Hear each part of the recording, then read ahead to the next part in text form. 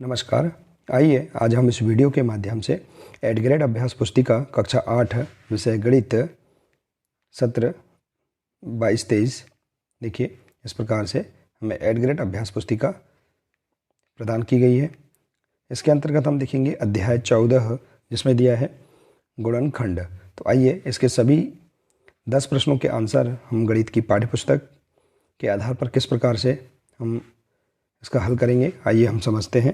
देखिए, यदि आप इसी प्रकार से इसके आगे के संपूर्ण अध्याय और अन्य विषय के संपूर्ण हल आप समझना चाहते हैं तो आप इस चैनल को सब्सक्राइब अवश्य कर लें, साथ ही बेल आइकन को प्रेस जरूर कर लें और इस चैनल से जुड़े रहिए। तो आइए देखते हैं अध्याय 14 गुणनखंड। इसके अंतर्गत पहला प्रश्न दिया है, दिए हुए पदों में सार्व या उभयनिष्ठ गुणनखंड ज्ञात कीजिए। देखिए यहाँ दिया है ए बराबर दिया है देखिए 2y और 24xy और b बराबर दिया है 14xy और 28xy का वर्ग। तो देखिए हम सार्व गुणनखंड ज्ञात करेंगे, उभयनिष्ठ गुणनखंड ज्ञात करेंगे। तो इसे हम समझ सकते हैं पृष्ठ क्रमांक 226 से। तो देखिए 2y धन 24xy, ठीक है, हम इसे इस प्रकार से लिख सकते हैं।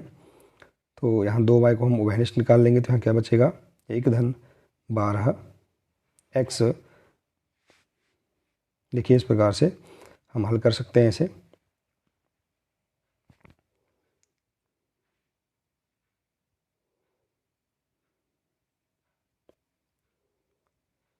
तो हमारे पास क्या जाएगा, देखिए उभयनिष्ठ 2y, उभयनिष्ठ गुणनखंड या सार्व गुणनखंड क्या जाएगा 2y। इसी प्रकार से b को हम हल करेंगे, देखिए 14xy धन 28xy का वर्ग। इसे हम इस प्रकार से भी लिख सकते हैं, देखिए 14xy धन 2 गुणा 14xy का वर्ग। तो हम देखिए यहाँ पर 14x को हम उभयनिष्ठ निकाल लेंगे सार्व, देखिए, और यहाँ बचेगा 1 धन 2y। तो हम उभयनिष्ठ मान सकते हैं इसे 14xy को, ठीक है। इसके बाद देखिए अगला है निम्नलिखित व्यंजकों के गुणनखंड कीजिए। देखिए यहाँ व्यंजक दिया है 5x धन 20। तो हम इसके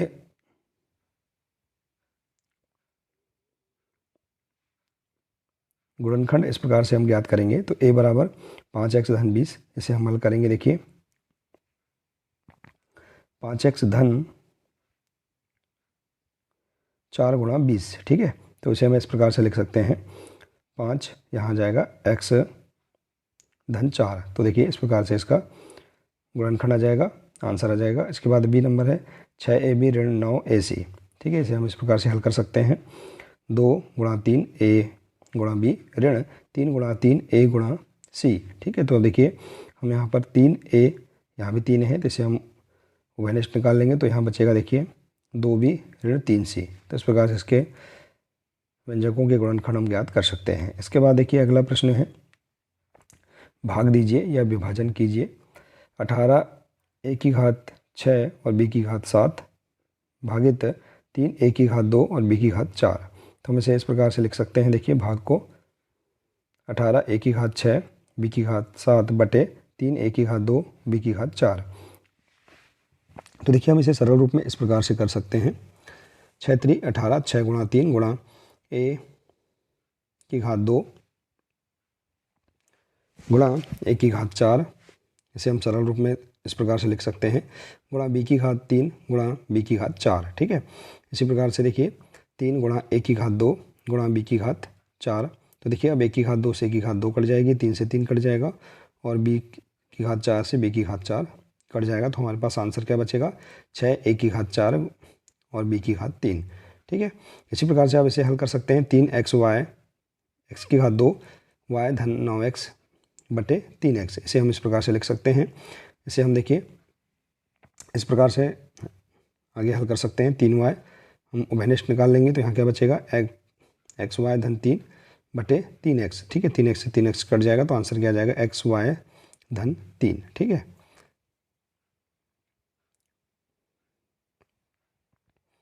अगला प्रश्न है भाग दीजिए।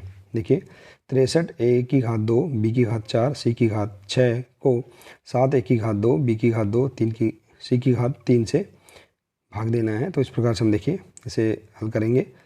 तो इसे हम लिख सकते हैं 63 a की घात 2 b की घात 4 c की घात 6 बटे 7 a की घात 2 b की घात 2 और c की घात 3। देखिए हम इसे इस प्रकार से लिख सकते हैं 9 गुणा 7 गुणा a का वर्ग धन b का वर्ग धन देखिए यहाँ पर गुणा a का वर्ग गुणा b का वर्ग गुणा b का वर्ग गुणा c की घात 3 गुणा c की घात 3। इस प्रकार से हम लिख सकते हैं। देखिए बटे 7 गुणा a की घात 2 b की घात 2 और c की घात 3। तो देखिए इस प्रकार से a की घात 2 से ये क्रॉस हो जाएगा, b की घात 2 से b की घात 2 कट जाएगा और c की घात 3 से c की घात 3 कट जाएगी और 7 से 7 कट जाएगा। तो आंसर क्या बचेगा 9 b की घात 2 और c की घात 3। तो इस प्रकार से आप इसे हल कर सकते हैं। अगला है गुणनखंड कीजिए। देखिए x का वर्ग धन 7x धन 12। तो देखिए इसे हम इस प्रकार से हल कर सकते हैं x का वर्ग धन 7x धन 12। ठीक है, हम 7x को इस प्रकार से तोड़ेंगे कि देखिए हमारे पास इस प्रकार से पद हो जाएगा। तो x का वर्ग धन देखिए 3x धन 4x बराबर गुणा करने पर भी 12 आना चाहिए। तो इस प्रकार से हम लिख सकते हैं। तो यहाँ जाएगा x का वर्ग धन 3x एक कोष्टक में धन 4x धन 12। ठीक है, तो यहाँ जाएगा x कोष्टक में x धन 3 धन 4 को हम उभयनिष्ठ निकालेंगे तो x धन 3 बचेगा। तो देखिए यहाँ भी x धन 3 है, यहाँ भी x धन 3 है, तो इसे उभयनिष्ठ निकाल लेंगे और दूसरे कोष्टक में बचेगा x धन 4। ठीक है, दूसरा है x का वर्ग ऋण 10x धन 25। तो हम इसे 10x को इस प्रकार से सरल करेंगे या जोड़ेंगे कि हमारे पास गुणा करने पर 25 आ जाए। तो देखिए 5x धन 5x बराबर क्या आएगा 5 हम 25। ठीक है, हम इसे इस प्रकार से हल कर लेंगे। x का वर्ग ऋण 5x धन 25। ठीक है, तो अब देखिए यहाँ इसे पदों में हम इस प्रकार से लिख सकते हैं। यहाँ x यहाँ बचेगा देखिए x ऋण 5, इसे उभयनिष्ठ निकालेंगे तो, और ऋण 5 को हम उभयनिष्ठ निकालेंगे तो यहाँ बचेगा x ऋण 5। ठीक है, तो देखिए यहाँ पर एक कोष्टक में x ऋण 5 है और दूसरे कोष्टक में भी आ जाएगा x ऋण 5। तो इस प्रकार से इसका आंसर आ जाएगा। अगला है देखिए 16x का वर्ग ऋण 49 के गुणनखंड कीजिए। तो इसे आप समझ सकते हैं पृष्ठ क्रमांक 230 से 16x का वर्ग ऋण 49। देखिए क्योंकि हम a का वर्ग ऋण b का वर्ग इस प्रकार से लिख सकते हैं, तो इसे इसके आधार पर हम लिखेंगे 4x का वर्ग ऋण 7 का वर्ग। ठीक है, तो देखिए यहाँ पर इसके आधार पर सरसोमिका के आधार पर a का वर्ग ऋण b का वर्ग बराबर a धन b एक कोष्टक में, दूसरे कोष्टक में a ऋण b। तो आंसर आ जाएगा देखिए 4x का वर्ग ऋण 7 का वर्ग बराबर एक कोष्टक में 4x धन 7 और दूसरे कोष्टक में 4x ऋण 7। ठीक है, इस सरसोमिका के आधार पर आप इसका आंसर इस प्रकार से लिख सकते हैं। इसके बाद है अगला गुणनखंड कीजिए। x का वर्ग धन yz धन xz धन xy धन xz। इसे आप हल कर सकते हैं पृष्ठ क्रमांक 231 से। देखिए x का वर्ग धन yz धन xy धन xz बराबर देखिए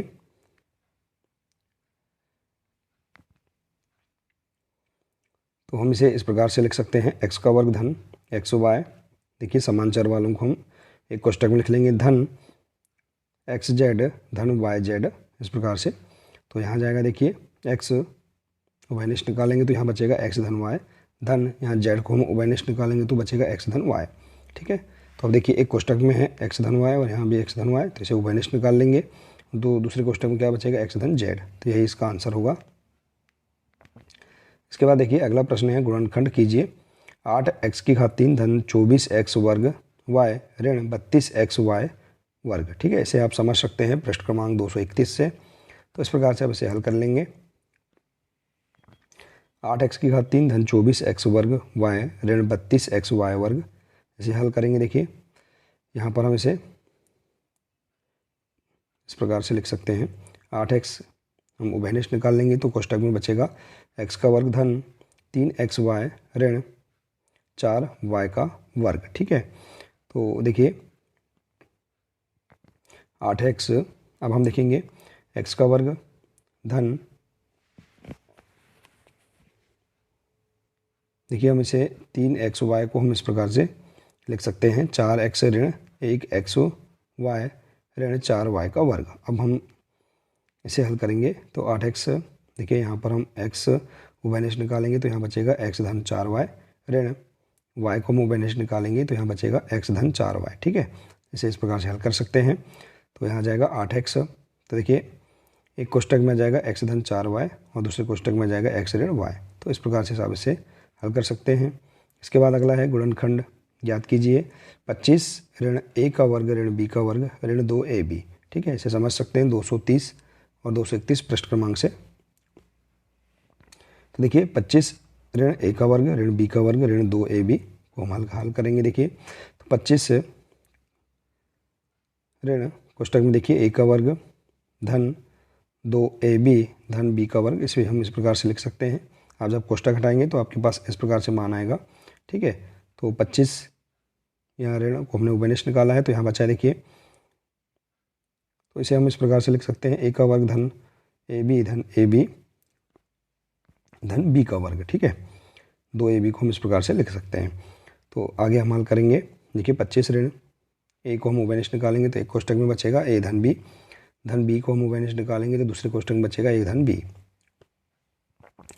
तो देखिए ये एक कोष्टक में a धन b है तो a धन b लिख देंगे दूसरे एक कोष्टक में, दूसरे कोष्टक में आ जाएगा a धन b।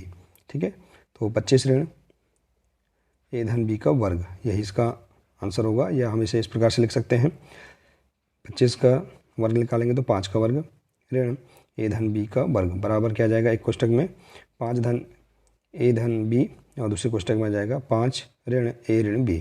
ठीक है, सर्वसमीका के आधार पर हम इसे इस प्रकार से हल कर सकते हैं।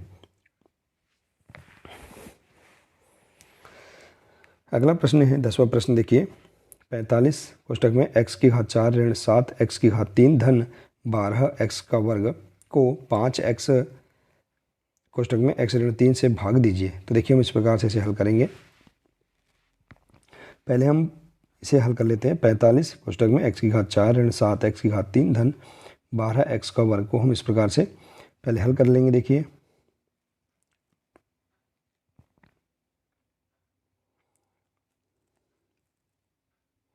पैंतालीस x का वर्ग हम इसे यदि गुणा करते हैं तो देखिए हम इसे इस प्रकार से यहाँ लिख सकते हैं। उभयनिष्ठ निकालेंगे 45 x का वर्ग तो यहाँ कोष्टक में बचेगा x का वर्ग ऋण 7x धन 12 बचेगा। ठीक है, यहाँ से हम x का वर्ग उभयनिष्ठ निकालते हैं तो यहाँ देखिए इस प्रकार से 45 x का वर्ग हो जाएगा। अब देखिए 45 x का वर्ग, यहाँ देखिए 7x को हम इस प्रकार से लिख सकते हैं, x का वर्ग ऋण 4 धन 3। तो देखिए इसे हम हल करेंगे तो ऋण 4x ऋण 3x धन 12। ठीक है, अब हम देखिए इसे इस प्रकार से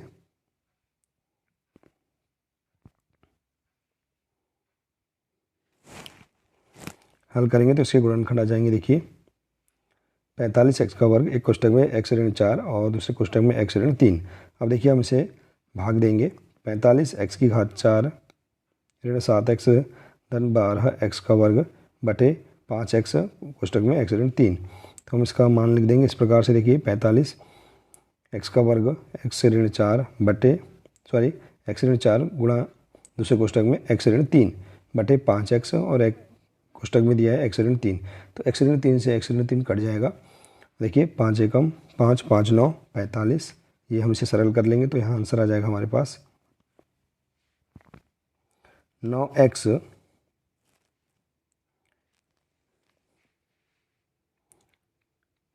ऋण, देखिए यहाँ 9x आ जाएगा और 9x कोष्टक में जाएगा x ऋण 4। तो इस प्रकार से हम आंसर लिख सकते हैं। ठीक है, देखिए 9x कोष्टक में x ऋण 4। तो इस प्रकार से देखिए हम यहाँ पर इस अध्याय के सभी 10 प्रश्नों के आंसर आसानी से हम पाठ्यपुस्तक के पृष्ठ क्रमांक के आधार पर हम समझ सकते हैं। देखिए हमने इसे इस प्रकार से पाठ्यपुस्तक के आधार पर हल करके बताया है। आप इसे समझ सकते हैं, इस प्रकार से हल कर सकते हैं। आशा है कि आपको इस अध्याय के सभी प्रश्नों के आंसर समझ में आ गए होंगे। देखिए आप इसी प्रकार से यदि इसके अन्य विषय जैसे कि सामाजिक विज्ञान और अन्य विषय के आप वीडियो देखना चाहते हैं तो आप चैनल की प्लेलिस्ट में जाकर भी सभी विषय के वीडियो देख सकते हैं। मिलते हैं इसी प्रकार से अगले नए वीडियो के साथ। नमस्कार।